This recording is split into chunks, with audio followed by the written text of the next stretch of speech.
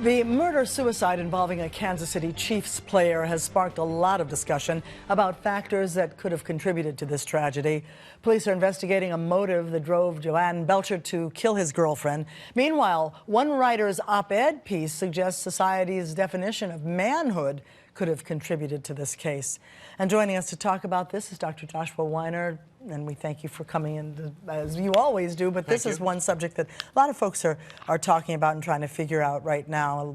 Many people just feel that he was just sick and needed help. But a lot of folks are saying, as in Kevin Powell's op-ed piece, that maybe he had some bottled up feelings that he wouldn't talk out because he's a man, a guy who was pushed to the whole idea of manhood. Don't do that. Exactly, I do. I think that Kevin Powell has a point with his op-ed. I do think that there's a pressure in our society for men to behave a certain way. They need to be macho. They can't cry. It's okay to express anger, but not to express sadness.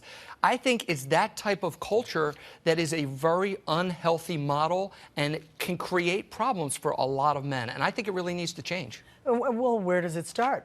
Are you going to blame the mothers? No, moms get too much of a bad rap with everything. No, in fact, I think it's more the men that are to blame in this one.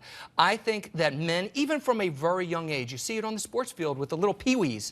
The kids get hurt, they start crying, the fathers are saying, come on, toughen up, be a man, stop crying. I think that message is driven home from a very early age. And I think what needs to happen is the men in society need to change the way they model expressing emotion. They need to be more willing and open to talk about how they're feeling.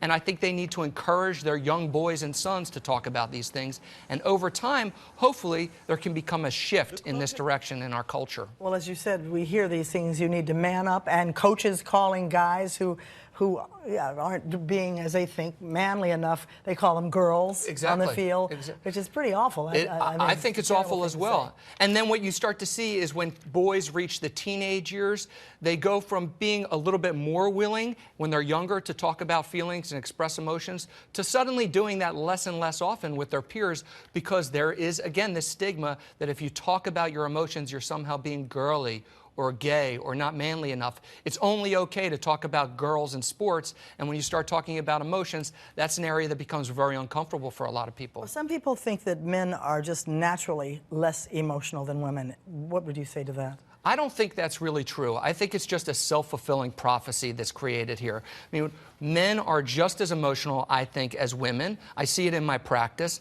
I think it's really society's pressure that men, real men, don't talk about their emotions, and as a result of that, men are less likely to do it, they're not as comfortable with it, and so they don't do it as often. And it becomes, again, this self-fulfilling prophecy. Well, this incident that we're talking about is at the extreme end of being unable to talk about your emotions, if that's what it was. Did he need some psychological help? And if so, are men less likely to go out and seek real help from a doctor like you? Well, to answer the second part of the question first, yes, men are much less likely to seek psychological help. The majority of people with mental illness do not seek help, and men are much less likely to do so, even though for the vast majority of psychiatric illnesses, men suffer at the same rates as women. And in Mr. Belcher's case in particular, I think the details are still coming out. He actually was in some couples counseling with his girlfriend through the Chiefs, but obviously there were other problems going on in that relationship. We just encourage men to start talking things out like we women often do. Yes, I agree, Barbara. Thanks, Dr. Weiner.